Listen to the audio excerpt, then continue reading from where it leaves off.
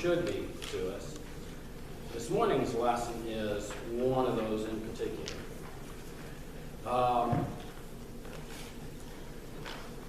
Man of sin, man of perdition that Brother Dan read about there in Thessalonians. Who are we talking about? Well, the man of sin, son of perdition, would be who? Antichrist. Antichrist, yeah. Who is led and controlled by Satan. How many of you don't want to know who the Antichrist is? We heard about him back in the 60s. Oh, yeah. For years and years and years and years and years, there has been all kinds of topic discussion of who the Antichrist is. I'm going to tell you this morning who it is. It is the son of perdition. We have a lot this morning. We're not going to cover it by any means. There is so much information that's given in the Scripture on the topic of the beast. And you'll see that the lesson quarterly is plural, the beast. There are how many? Two mentioned here. Now, keep in mind, chapter 4 refers to 4 beasts. Same or different? Chapter 4 was about what? It was that first glimpse into heaven, and what did John see? He saw four beasts around the throne. And those beasts were doing what? Praising God, worshiping God. The term there is not the same as is used here. In that sense, the Greek term meant creature, living creature, a creation of God. Now, we're not given specifically, we see some things about physical characteristics of those beasts, but it is very different here. Beast is referred to here in chapter 13 is in terms of a wild beast. And you'll see as we go through this that certainly that would be an apt description. Again, just to go back, the title of the lesson is The Beast. Revelation 13, 1 through 18 is our text. The key verse is Revelation 13 and 4. And they worshiped the dragon which gave power unto the beast, and they worshiped the beast, saying, Who is like unto the beast, who is able to make war with him? The application, the student will discuss the power and evil personalities of the 2 beasts and their role in prophecy. So, the beast, the first one, and we'll look at it. I believe that is the Antichrist. The second beast would be whom? False prophet. False prophet. And as we read through this, and as we match it up with other scripture, I think that'll become clear to you. It's very important that we sort of set the stage. That's the reason that I continually go back in time. We have sets of 7. The first set of 7 was what? 7 seals. The second set of 7 was trumpets. Now there is another set that we don't talk about, and that is 7 thunders. And we don't talk about it because we have no knowledge, we have no information about it. And then the last set of 7 is vials or bowls. Some people believe that these are occurring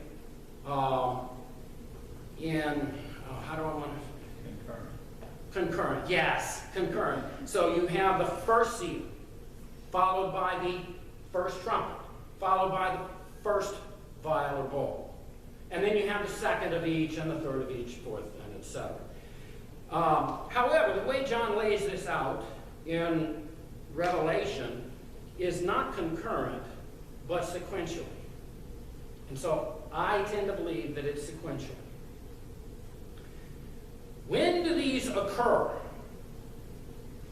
Well, I believe that these are, for the most part, within the last 3.5 years of the tribulation. We have gone through the 7 seals. We find those beginning in chapter, I have to go back, because I will mess it up. We find those beginning in chapter 6 and running into chapter 7. And the 7th seal is in chapter 8, beginning in chapter 8. Now, with each of the 7th, so we get to the 7th seal. What happens as a result of the opening of the 7th seal? We begin the next set of 7, the 7 trumpets. Again, the thunders are in there, but we have no information about them. With each of these, it's 7, it leads into the next 7. So where are we? Where did we stop? If you look at Revelation chapter 9 and verse 13, you'll see there, and the 6th angel sounded. That sound was a trumpet. Okay, so 6th trumpet sounded. Now, where is the 7th trumpet? It's in Revelation 11:15. And the 7th angel sounded, and there were great voices in heaven saying, the kingdoms of this world are become the kingdoms of our Lord and of his Christ, and he shall reign forever and ever. So, the 7th trumpet. Now, what follows the 7th trumpet? 7 vials. However, have we begun the vials? No. In fact, you'll find that the first vial doesn't begin until 16 and 1. If we're talking about sequentially, then we are in a period here where we're getting some additional information and some additional detail. And it begins with chapter 12, the sun-clad woman. If you look at the end of chapter 11, and the temple of God was opened in heaven, and there was seen in the temple the Ark of the Testament. What's a testament? Covenant, agreement. God has made covenants and agreements with men. Beginning when? When was the very first one? We talked about it in Genesis 3:15. And it was the woman and the serpent, the seed of the woman. Okay? And from there we see covenants, the Abrahamic covenant, the covenant with Israel.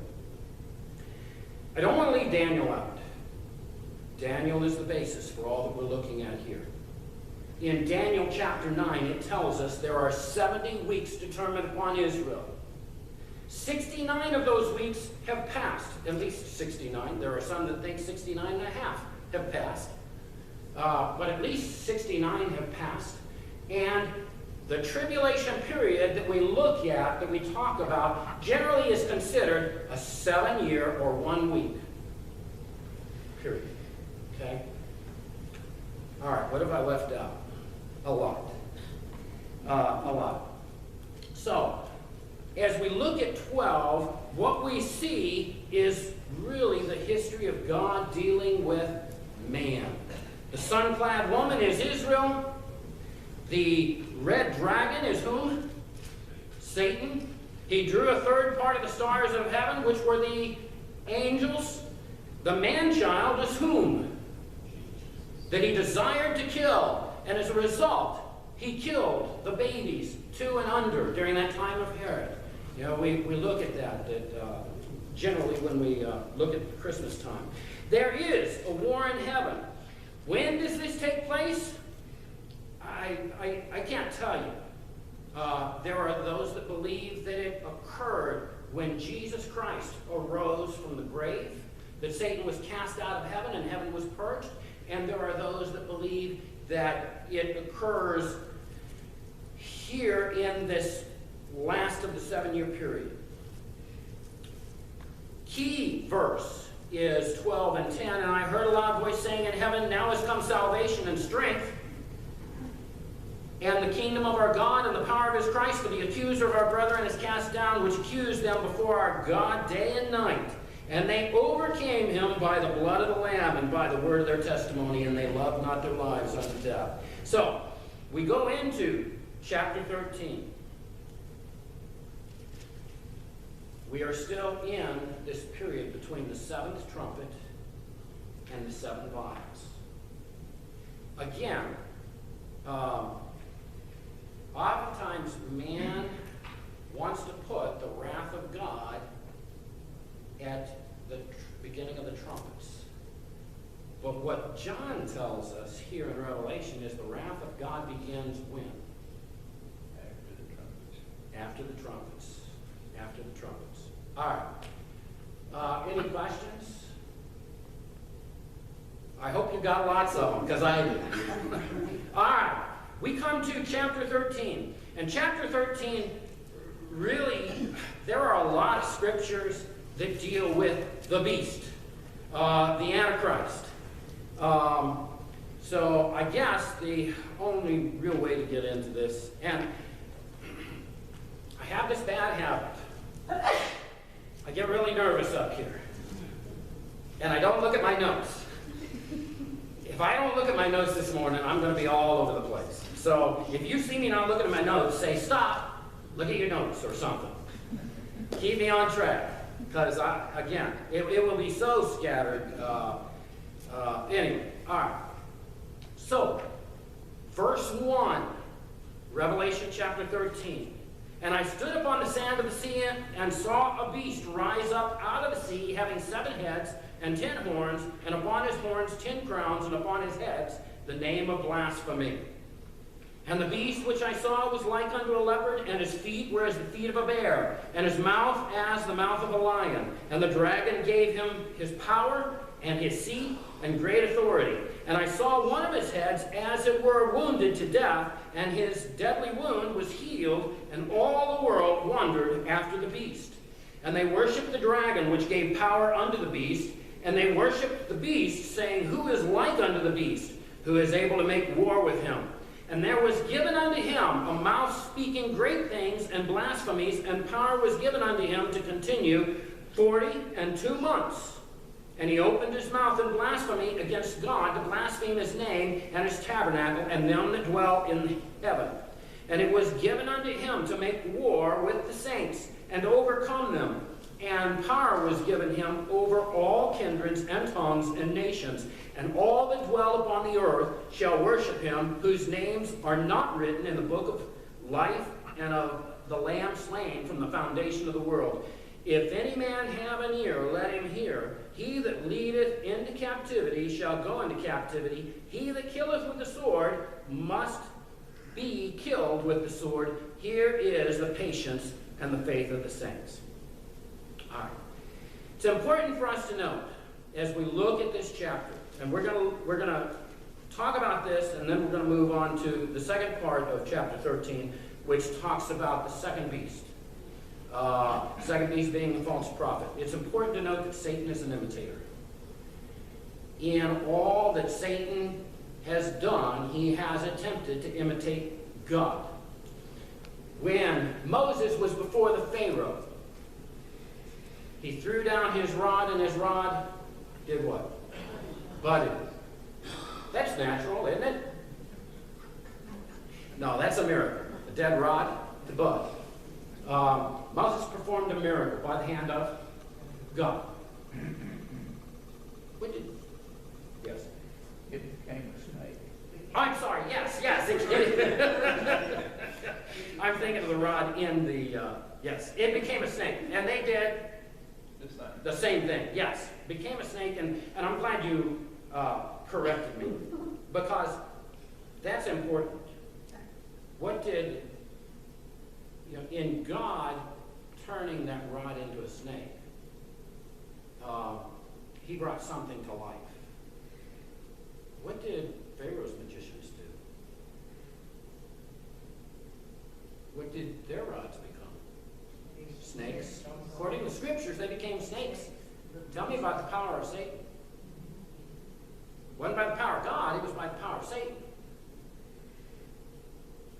Satan powerful? You bet. And in fact, he has powers that we oftentimes don't think about. And when we talk about this period of time, Satan will he will unleash all his powers. All right. Thanks for that correction. Yes. But ultimately, Moses' serpent did what? It devours the other. It devoured the snakes and the magicians. All right. Satan imitates. Keep that in the back of your mind as we go through this. He begins here in verse 1, and he says, "And I stood upon the sand of the sea, and saw a beast rise up out of the sea, having 7 heads, 10 horns, and upon his horns 10 crowns, and upon his heads the name of blasphemy." Where do you think John, well, where was John? Not where do you think, but where was John? So he had been banished to Patmos. And there on the Isle of Patmos, he was carried away to see a vision. Not only is he seeing it, but there are points in time where he's observing it. Where was he standing at this time? What does the first part of this verse tell us? He was on the beach. How many of you would like to be on the beach? I don't know that he was all that concerned about getting a suntan at this point. He was seeing some incredible things. He was on the sands of the sea. What sea do you think that was? I would guess that it's the Mediterranean. When we talk about the civilized world of the time, when we talk about the Roman Empire, where was all of that centered? Mediterranean Sea. The Isle of Patmos was where? Yeah, it was actually in the Aegean Sea, which is a part or an offset from the Mediterranean Sea. And so I believe that that's what they were looking at. It also, in ancient times, was referred to as the Great Sea. What did he see as he stood on the beach, on the sand? He saw a beast rise up out of the sea, having 7 heads, 10 horns, and upon his horns 10 crowns, and upon his heads the name of blasphemy. Daniel, chapter 7.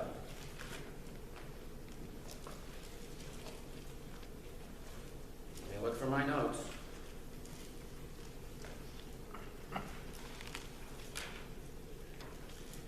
Daniel, chapter 7. Verse 1. In the first year of Belshazzar, king of Babylon, Daniel had a dream and visions of his head upon his bed. Then he wrote the dream and told the sum of the matters. Now, when did Daniel live? Yes, he was there in the Babylonian captivity. So, Babylon, Empire of Babylon, they had overrun Judah, taken Daniel and many of the Israelites into captivity. And it's there that Daniel received visions. And he prophesied. And he preached. Says in verse 2, Daniel spake and said, I saw in my vision by night, and behold, the 4 winds of heaven strove upon the great sea, and 4 great beasts came up from the sea, diverse, one from another. The first was like a lion, and had eagle's wings. I beheld till the wings thereof were plucked, and it was lifted up from the earth, and made stand upon the feet as a man, and a man's heart was given it. And behold, another beast, the second like a bear, and it raised up itself on one side, and it had 3 ribs in the mouth of it, between the teeth of it. And they said thus unto it, Arise, devour much flesh. After this I beheld, and lo, another like a leopard, which had upon the back of it 4 wings of a fowl, and the beast had also 4 heads, and dominion was given to it. After this I saw in the night visions, and behold, a 4th beast, dreadful and terrible, and strong exceedingly, and it had great iron teeth. It devoured and brake in pieces, and stamped the residue with the feet of it, and it was diverse from all the beasts that were before it, and it had 10 horns. We'll stop there. There is much, much more. We'll come back to this. But we have Daniel having a vision. As we look at chapter 13 of Revelation, you'll find that it is very, very similar to what John reveals to us in chapter 13. We see here 4 beasts in Daniel's prophecy, until the wings thereof were plucked, and it was lifted up from the earth, made to stand upon the feet as a man, and a man's heart was given. So what we're really talking about here are 4 empires. That first empire, like a lion, would have been what empire? Babylon. It was the one that Daniel was captive during. It was like a lion. The lion was actually the symbol for Babylon. It says here, had eagle's wings. He beheld it, and the wings thereof were plucked. A lion devours. One of the writers said,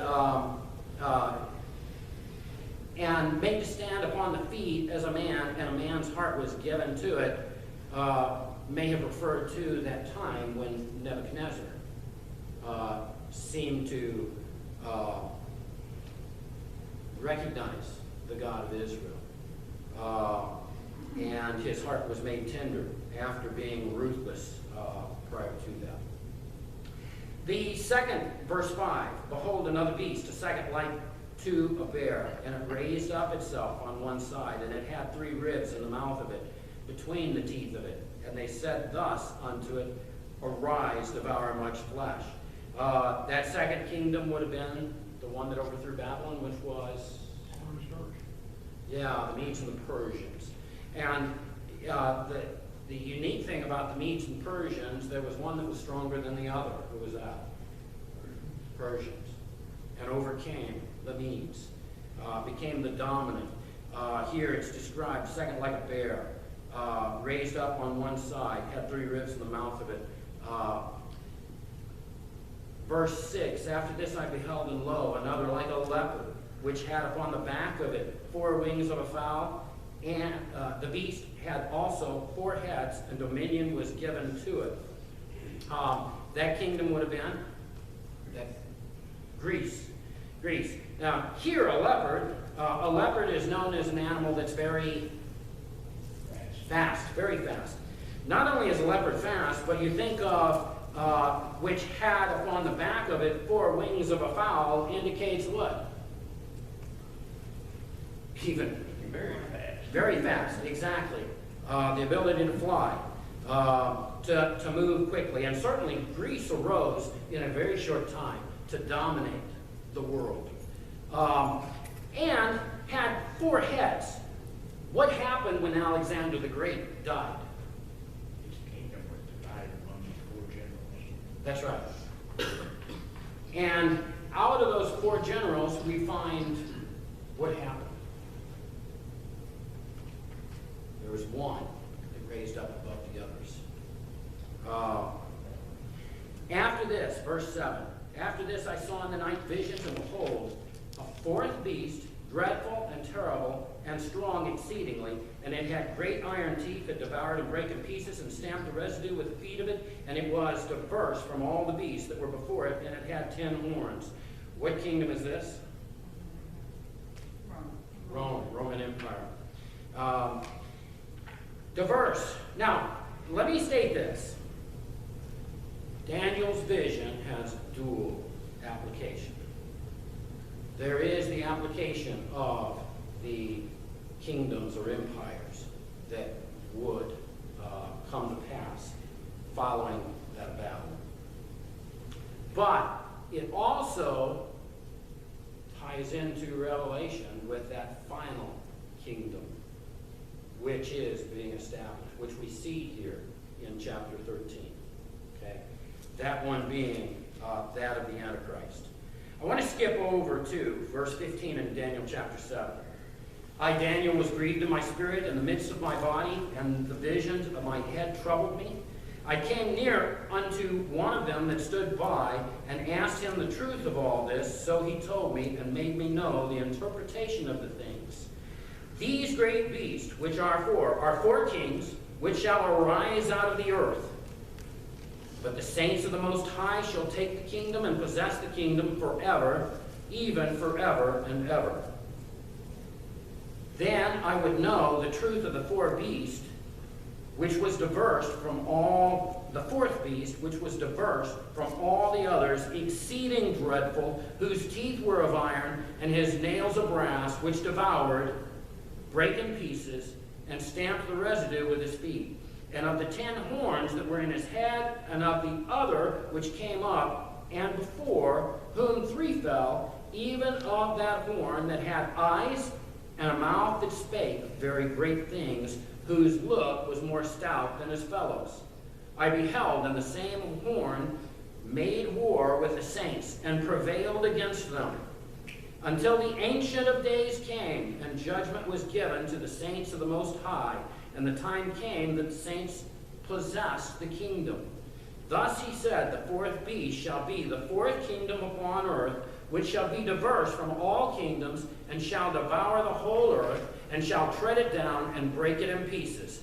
And the 10 horns out of his kingdom are 10 kings that shall arise, and another shall arise after them, and he shall be diverse from the first, and he shall subdue 3 kings.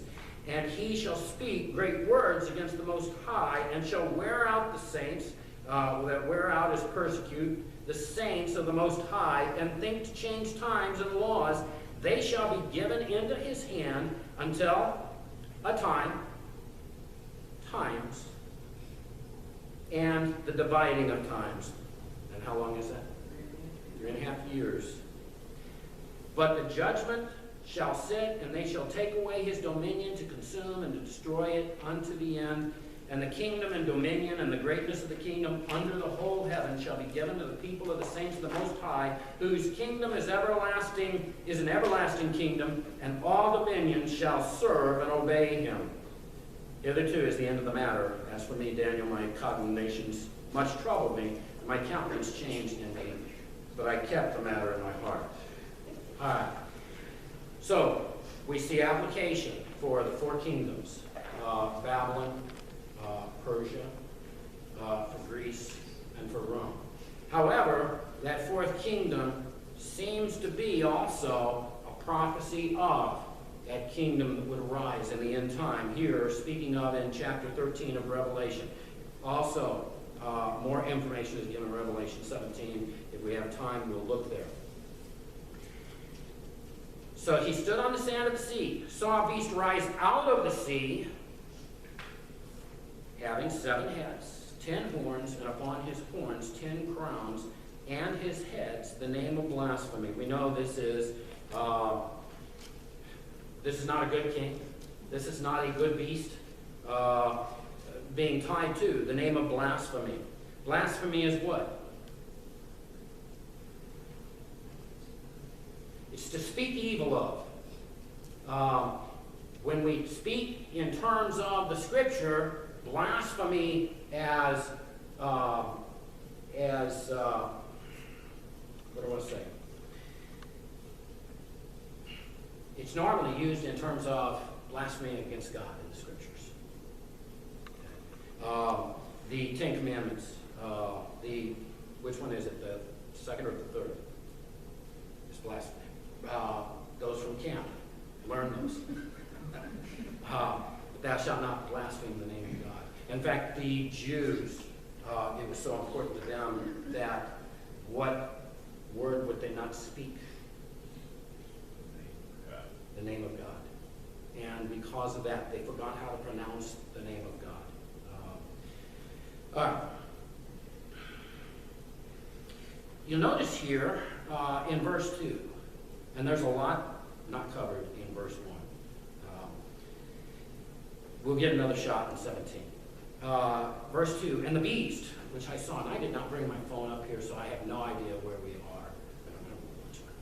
are. I'm sorry. 10:20. Okay, we got to move. Verse 2, and the beast which I saw was like unto a leopard. Did we read about a leopard? And which one was that? Greece. And his feet were as the feet of a bear. And that was, in Daniel's writing, Persia. And his mouth is the mouth of a lion. And that was Babylon. Now, what's different about Daniel's and John's in Revelation? They're in reverse order. Okay? Daniel was prophesying forward, whereas John looking back. Back in the mirror. Now, there's one missing there. That great and dreadful. All right. Verse 2, this last part of it, and the dragon gave him his power and his seat and great authority. So there's three main characters here that we're going to look at in 13. One is the beast. The second one to appear is whom? Just named. The dragon. The dragon. Yeah. The leper was descriptive of. But the second one is the dragon. And then the third one we have yet to look at. We'll cover it chapter or verse 11 through the end of the chapter. And that is the false prophet. The second beast will arise. So three here that we need to keep in mind. The first is the Antichrist. The second one here in verse 2 is the dragon. Who is the dragon? Satan. Identified previously as that great red dragon. The deceiver. The dragon gave the Antichrist power, according to verse 2. And his seat, that seat is what? The throne. That place of rule and great authority. Verse 3, and I saw one of his heads, as it were, wounded to death, and his deadly wound was healed, and all the world wondered after the beast. So what do we see happening here in verse 3? Another copycat. Another copycat. Copycat of what? Death, resurrection. That's right. Jesus Christ went to the cross, shed his blood. He gave his life for us, dying once for all men. But, as chapter 12 talks about, what did he do that sealed salvation for all mankind? He rose from the dead. If there is no resurrection, then we of all men are most miserable. Satan, imitator, copycat. We have his Antichrist here. Verse 3, I saw one of his heads, as it were, wounded to death, and his deadly wound was healed. And all the world wondered after the beast. What's that mean? They marveled. They marveled. That's right. Now, verse 4. I started to sidetrack. I can't do that. Verse 4. And they worshipped the dragon, which gave power unto the beast. Who did we say the dragon is? Satan. Who did they worship? Are there those today that worship after Satan? Yes. Sure do. Sure do. And in fact, any worship that's not given to the true God of heaven, in reality, is what? Blasphemous. It's blasphemous. Yeah. They worshiped the dragon, which gave power to the beast. So the Antichrist, his power was not of himself, but it was of Satan. You know, historically, man has identified Satan as an unholy, something, someone to be avoided. Someone, something that was terrible, awful. And yet, what do we see happening here? They're worshiping. They're worshiping. What do we see happening today? There are many that outright worship Satan. There are churches unto Satan. But there are many pseudos that in reality give worship to Satan. Even today. They worship the dragon, which gave power to the beast, and they worship the beast, the Antichrist, saying, who is like unto the beast? Who is able to make war with him? Why would they say that? Who can defeat him? came back alive. Who can defeat the beast, the Antichrist? Verse 5, and there was given unto him a mouth, speaking great things and blasphemies, and power was given unto him to continue 42 months. Does this sound similar to something we just read in Daniel chapter 7? In fact, almost, it's not word for word, but very, very similar. Mouth speaking great things and blasphemies. And power, 42 months. How long is that? 3.5 years. How long did Daniel say?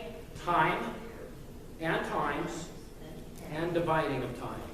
3.5 years. So, all the way through, they line up. There is no deviation. Verse 6, and he opened his mouth in blasphemy against God, to blaspheme his name and his tabernacle, and them that dwell in heaven. This is not part of this, but what was Christ accused of before the crucifixion? Blasphemy. Jesus Christ, the Son of God, was accused of blasphemy. Here, his blasphemy is outright, and yet the people worship. He opened his mouth in blasphemy against God, to blaspheme his name and his tabernacle, and them that dwell in heaven. Verse 7. And it was given, and stop me if you've got anything. It was given unto him to make war with the saints and to overcome them. And power was given him over all kindreds and tongues and nations. What's this telling us? Absolute power over everything except God. Yeah. What are we pushing for today? One world order. One world order. That's been going on for a long time. It goes at least back to the League of Nations. And it sounds good in the idea of man. The problem is God knows the fallacy of man and his... We go back to the Tower of Babel. And what were they after? Raise themselves. He is gone. World unification. World unification. And what did God do? He scattered. He, I'm gonna make them talk funny. yeah, we're going to make him talk funny. Not that anybody here talks funny. All right. Verse 8, and all that dwell upon the earth shall worship him, whose names are not written in the book of life from the Lamb slain from the foundation of the world. What's this telling us? Who's going to worship him?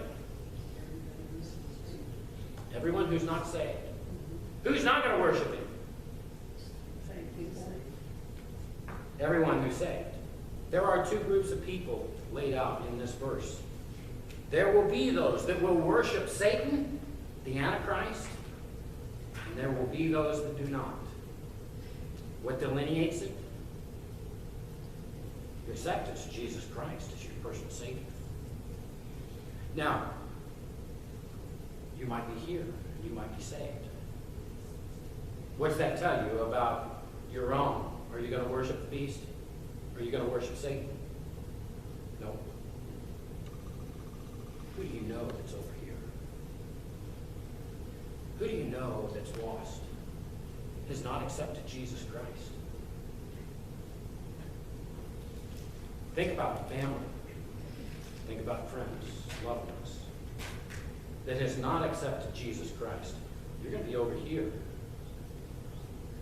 And they're going to be over here. And what did Christ tell us in Matthew chapter 24 about families being torn apart? And sons and daughters would turn in the parents. And wives, their husbands, and husbands and wives. What did it say? The time will come when there will be an absolute dividing line.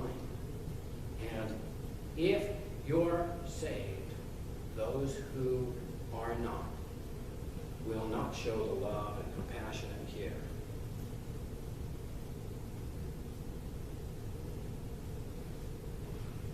We need to spread the gospel. We have time. We're still given that opportunity to share God's word. All right, that's a side. We can't do many of those. Verse 9. If any man have an ear, what? Let him hear. Now, who is this given to?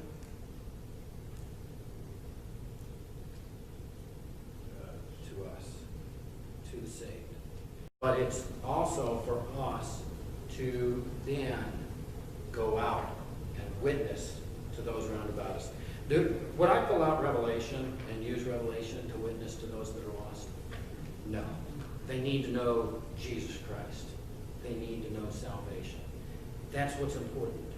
Now, there certainly are scriptures that you might use in Revelation as part of that, but they'll not understand Revelation. Although man is curious about it, and yeah, they'll talk about, well, anyway, I'll get way off. Okay, time check. 10 minutes? Very good. All right. Verse 9, if any man have an ear, let him hear. He that leadeth into captivity shall go into captivity. He that killeth with the sword must be killed with the sword. Here is the patience and the faith of the saints. What is this verse telling us? Back to what started Galatians, wherever you saw that, that's what you will read. That's exactly right. Is it upon us to bring vengeance, God's vengeance upon the earth? No.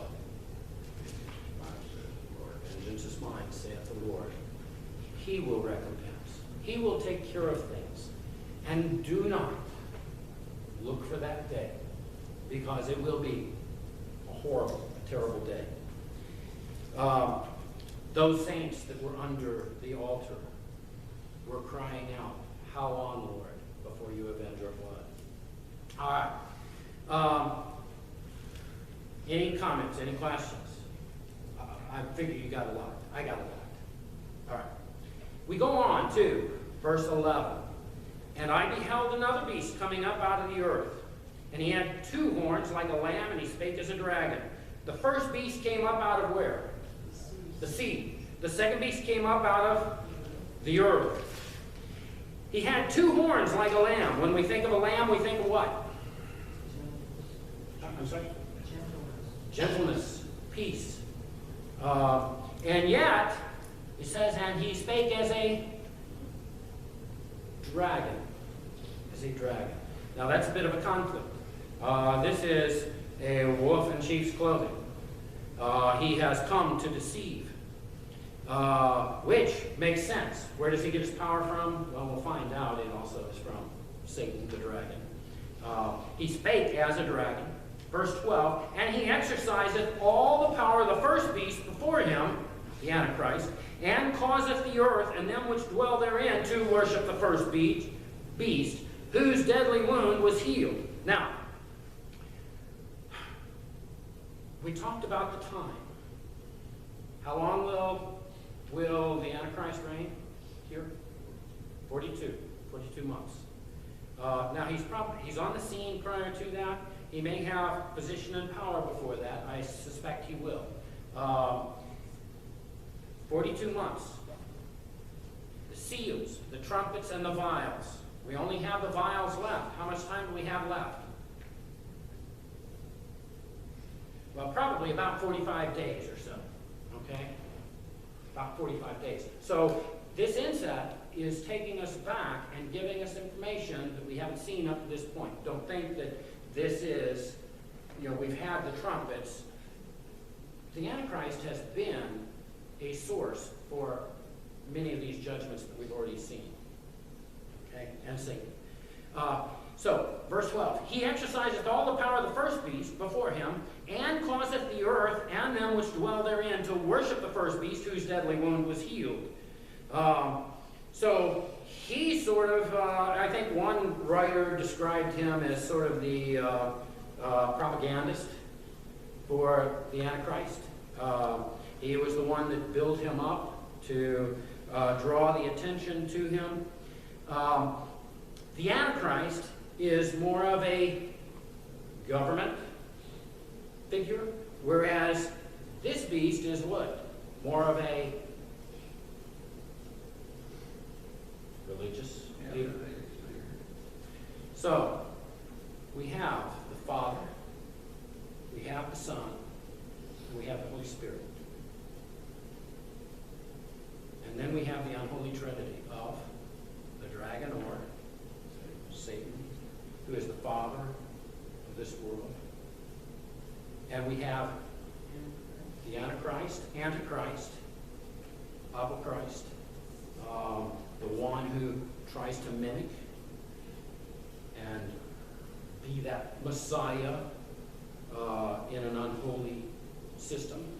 And we have this second beast, which is the false prophet, the one that leads and guides spiritually.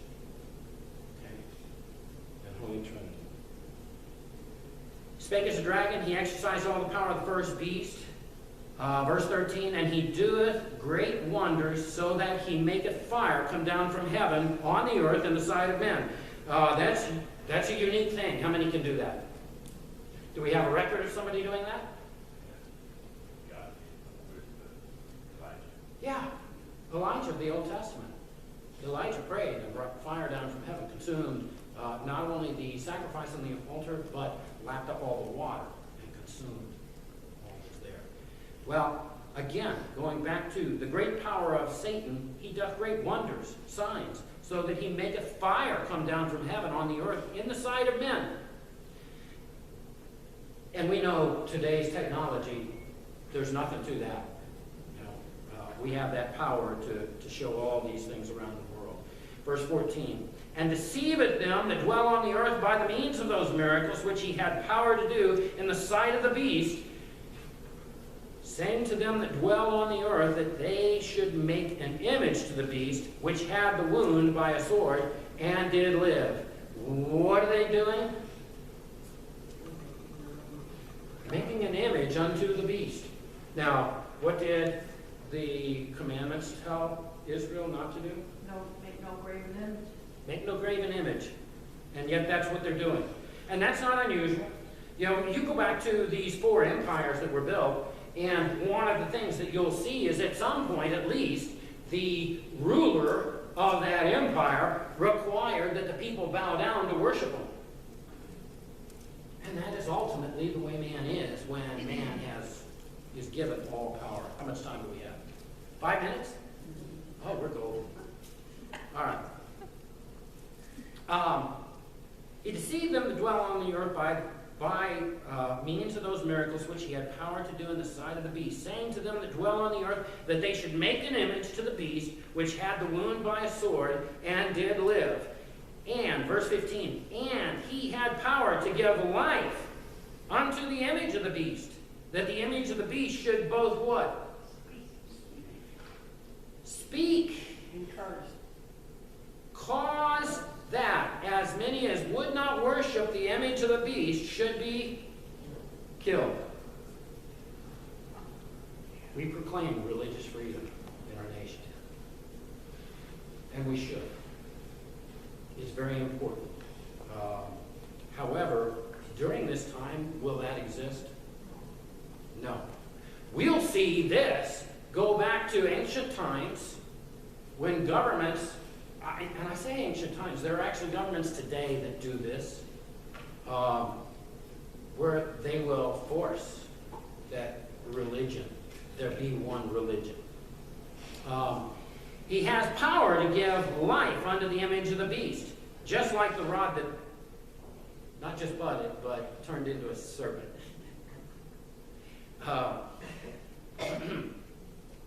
And cause that as many as would not worship the image of the beast should be killed, and he causeth all, both small and great, rich and poor, free and bond.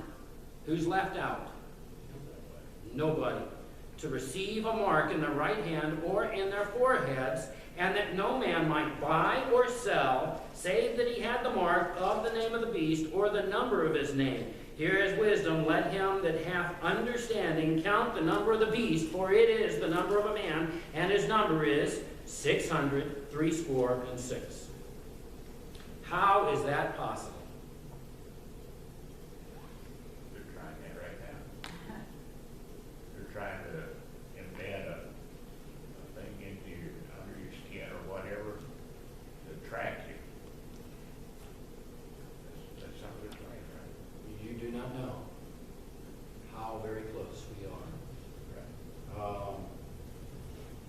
We went from magnetic cards to chip cards. Chips that have your information that can be read.